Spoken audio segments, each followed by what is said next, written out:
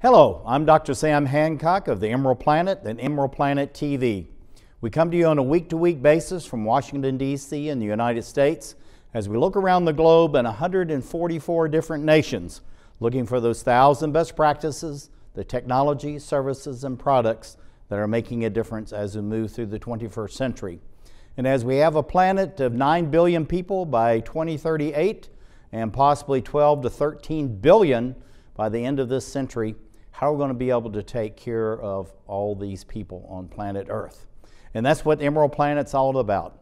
We come to you looking at the solutions, the best practices from around the globe as we create the Emerald Planet. Hello, welcome to the Emerald Planet. We're making a difference as we move through the 21st century. And seeing the long-term impacts of climate change.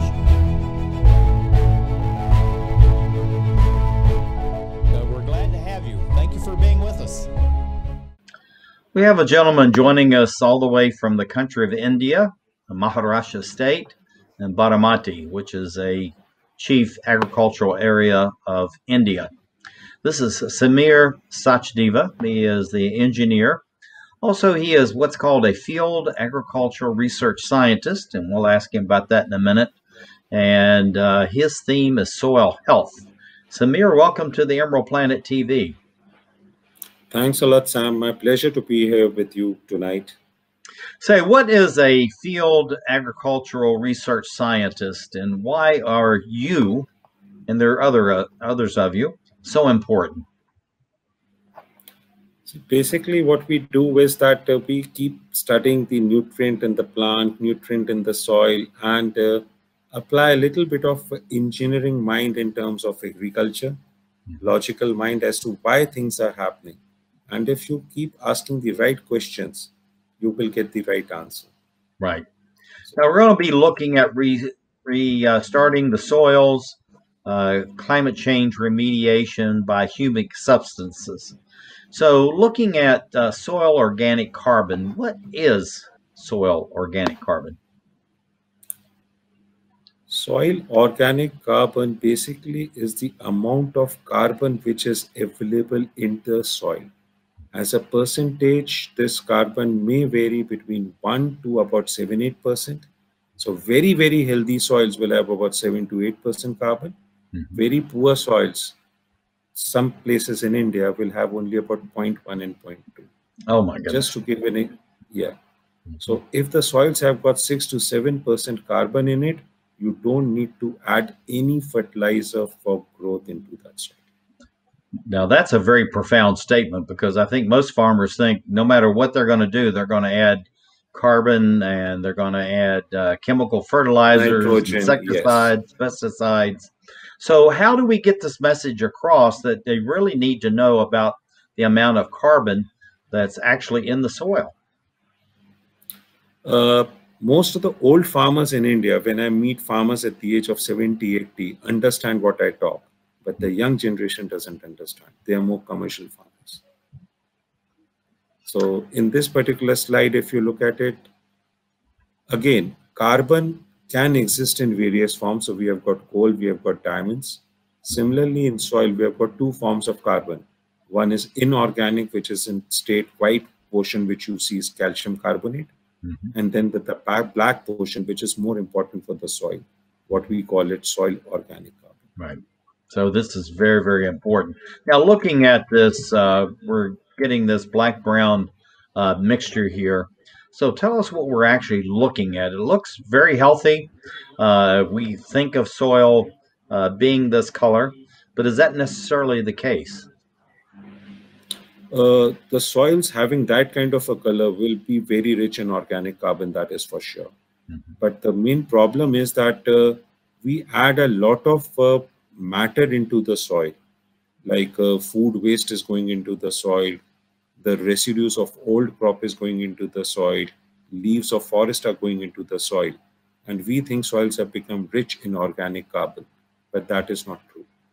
So our soils have become rich in soil organic matter, but that organic matter essentially doesn't mean that the soils have got carbon in it. So this is something which is very important to understand what is soil organic carbon. Mm-hmm. Now, increasing the soil organic carbon, how do we do that?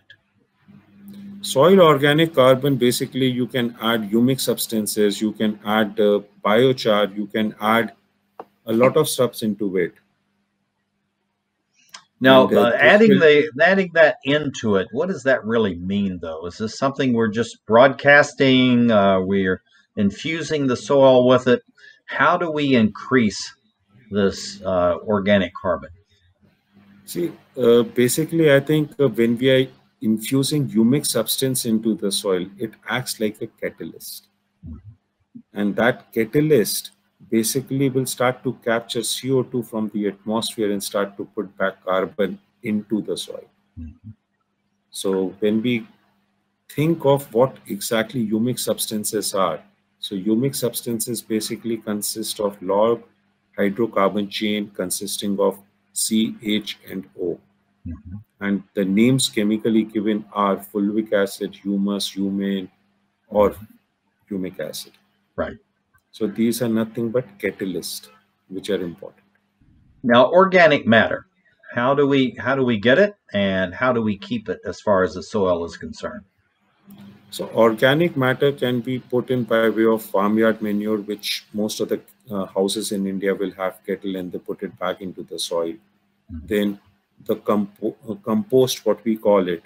So any bio waste, we can put it back into the soil. But most of the things, organic matter, which we put it in the soil, is not long-term stable format. So once soils get exposed to high temperature, rainfall, and sunlight, this organic matter goes back into the atmosphere. But what we want is that we want a very stable kind of a compound wherein we put into the soil and it stays there in the soil for ages. But that is what we call it as humic substances. Now, the sources of this humic substances, as you're talking about, what are the sources? So humic substances, main source right now is old deposits of coal, because these are decomposed material which has been there for billions of years, which have been deposited into the soil. And if we extract humic substances from coal, then it will be long-term very, very stable into the soil. Now, and this is something that's evolved over literally hundreds of millions of years, and so very important. Now, we have this difference between soil humic acids and the humic substances extracted from coal. As far as this chart is concerned, what is the difference, and why is the difference that important? So I don't think in this spectrograph, whatever we are looking into the graph, the soil humic acid, which is a naturally occurring substance in soil, is very close to humic substances extracted from coal. Mm-hmm.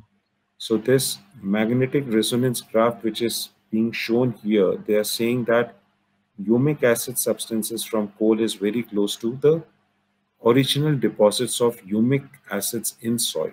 Mm-hmm. So we can replace humic acid, or original humic acid, with humic substances extracted from soil, and they will give the same amount of the result. Right.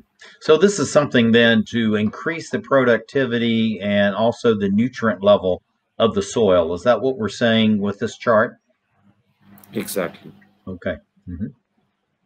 Now, the humic substance amended soils. What is amended soil, for one?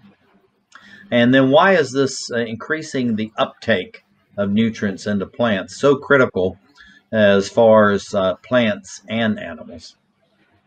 So when we say humic substances amended soil, we say that, okay, fine, we have added humic substances into the soil. So that is the amendment of soil which is happening. Mm-hmm. And it has been proven fact, whenever we add humic substances to the soil, nutrient uptake goes up into the soil. Humic substances have got this property of chelating of nutrients in the soil. Chelating means breaking down the nutrients in the soil which are in the available form for the plants to uptake.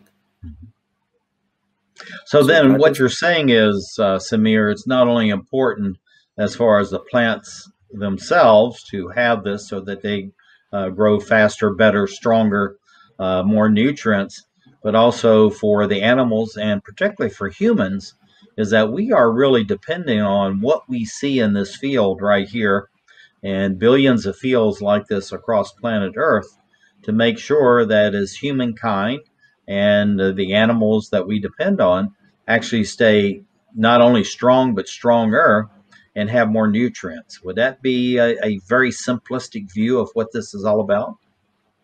You have summed up very, very well. That is exactly what we are talking about. Okay, fantastic. Now, the organic matter over this is, you've been at this for decades now, so that's why we're talking about this 10-year decade period. Why is this soil quality assessment so important to know about, and then for someone like you to be able to constantly target to make sure that we continue the increasing organic matter in the soils? See, if we continue to increase the organic carbon into the soil, then the usage of fertilizer or the requirement of fertilizer will start to go down. Mm-hmm. With increase in organic matter into the soil, what we initiate is the cell division. So the plants look healthy because cells have been divided. Whereas inorganic fertilizer, when we add, we basically are elongating the cells. So elongated cells will be thinner, will attract more diseases and pests. Division of cell will have less incidence of pest and diseases. So we'll have a healthy plant. So that is the reason soil's organic matter is important. And looking at this carbon, and we have a number of images right here, and I just want to march through these. So let's quickly comment on each one, why each of these are important. See, basically, on the left-hand corner, we are saying compost. So humic substances will also be termed as a compost. So it puts a layer on top of the soil where the carbon or organic carbon is required. So wherever we have put compost, it becomes a layer on it, and the plants start to grow healthy. The root zones go deeper. More photosynthesis is happening because the plants are healthy. So more CO2 being put back into the soil. And that is what carbon cycle is all about. Right. Can we capture CO2 from the atmosphere and put it back into the soil? Decompaction, why it's important. And we have to be very quick because we're running out of time, Samir. So decompaction is something, porosity of a soil is what we call a decompaction. So compact soils will have less porosity and porous soils will have more decompaction. So that is what the picture right and left indicates. Water holding capability.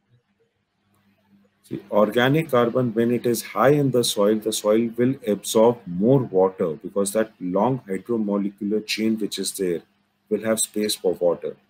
Where on the right picture, because it's the same field where the organic carbon is high and low, we can see water is still on the surface of the soil. Wherein on the left-hand side, water is get absorbed into the soil. Yeah, it's just amazing. The microbiology, this is something I keep mentioning, but this is critically important to the health of plants.